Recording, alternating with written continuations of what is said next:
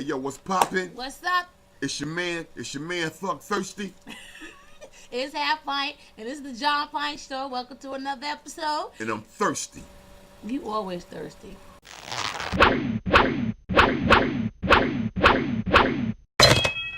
I seen you walking down the street. Yeah, I followed you. You know why? Because I'm thirsty. Thirsty McGirt. Alright, so here we go with another episode. Jah, how was your holiday? How was your week? How are you doing, my brother? I was thirsting for fun. I was like chilling. You know what I mean? And I was the police car. And You was in a police car? got to go to court.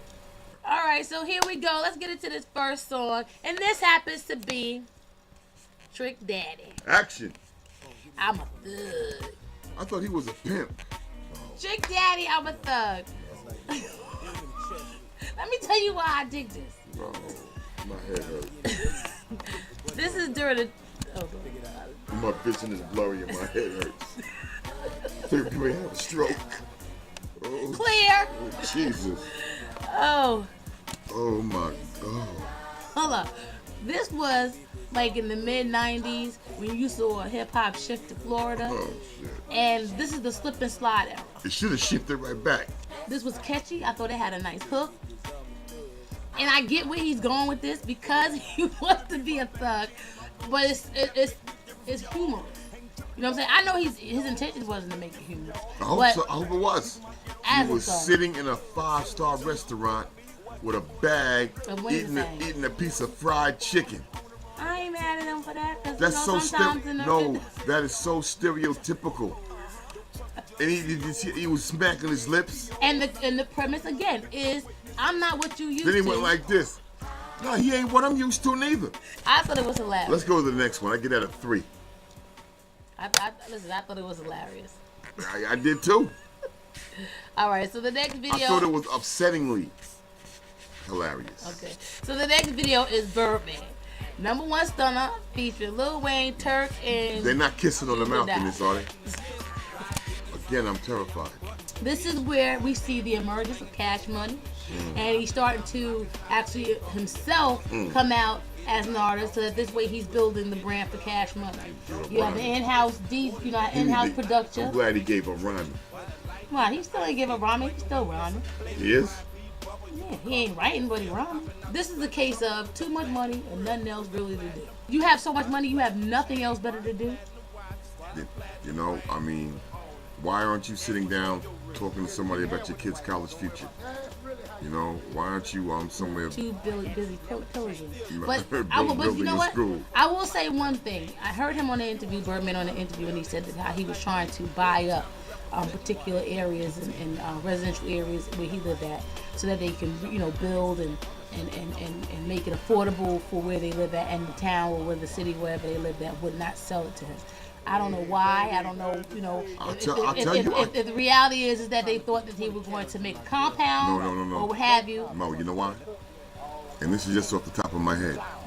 People who do that, they get money from the government. You know what I mean? You make it affordable, things like that. You're working with the government. They give you grants.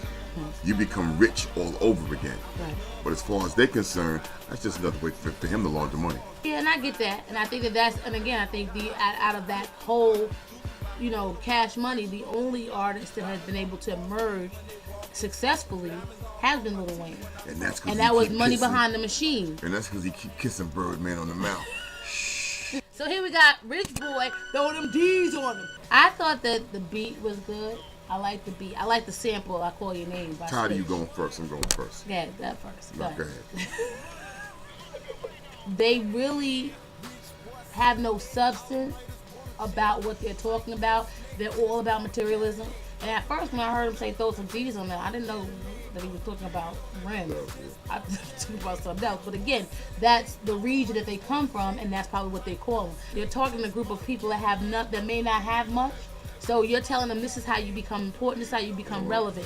You get you some money, you throw some D's on it. You don't invest in housing, you don't invest in education, you don't invest in things that will appreciate. Those things are not available to them. Exactly. First of all, you got to go back to the gold teeth thing. There was a time that only people in the South had gold teeth. they didn't have anything, and them having a gold tooth or a couple of gold teeth was a way to show you that I have some wealth, because that was the oppression that they were under. So when New York cats saw that, it wasn't about oppression to them. It was about style. That's why they went and got gold teeth all on the front, you know, all grilled out and smiling the way they were smiling.